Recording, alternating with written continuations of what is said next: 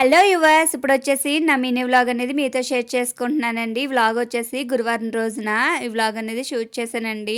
ఇలాగ మార్నింగ్ లెగ్గానే కసువంతా ఊడ్చుకొచ్చేస్తున్నాను. దివాన్ దగ్గర చూడండి ఎంత చెత్త అనేది వేసేసారో. మొత్తం దివాన్ కిందకంతా ఆ పేపర్స్ అన్ని గ్లాసులు అన్నీ కూడా గంటేశారండి. ఆ మూల నుంచి అంతా తుడుచుకుని వస్తున్నాను. ఇలా తుడుచుకున్నంత అయిపోయాక కసువంతా ఎత్తేసిన తర్వాత మాఫ్ అనేది పెట్టుకొస్తున్నానండి.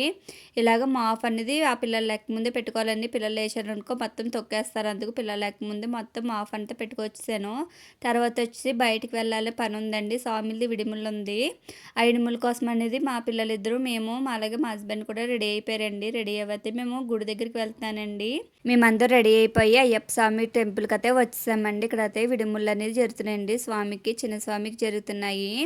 తర్వాత వచ్చేసి పెద్ద స్వామికి కూడా విడిములు కట్టారండి. కట్టేసైతే ఆ స్వామికి కూడా ఇడిముళ్ళు అయిపోయినాయి.